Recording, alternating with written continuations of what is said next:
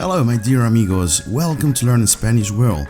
My name is Mr. Briggs. I'm a Spanish teacher, and today I'm going to help you to learn how to say I'm learning Spanish in Spanish.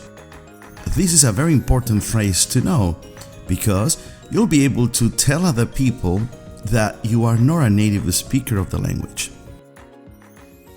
Muy bien, vamos. Estoy aprendiendo español. That means I'm learning Spanish. Estoy, I am, aprendiendo, learning español. Estoy aprendiendo español. Estoy aprendiendo a hablar español. That means I'm learning to speak Spanish. Estoy aprendiendo a hablar español. Muy bien, let's continue. Estoy aprendiendo español también. I'm learning Spanish also.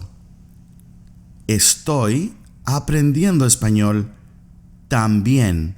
También means also. Let's proceed.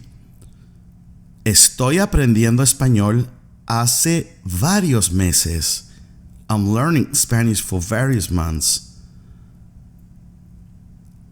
Estoy aprendiendo español hace varios meses.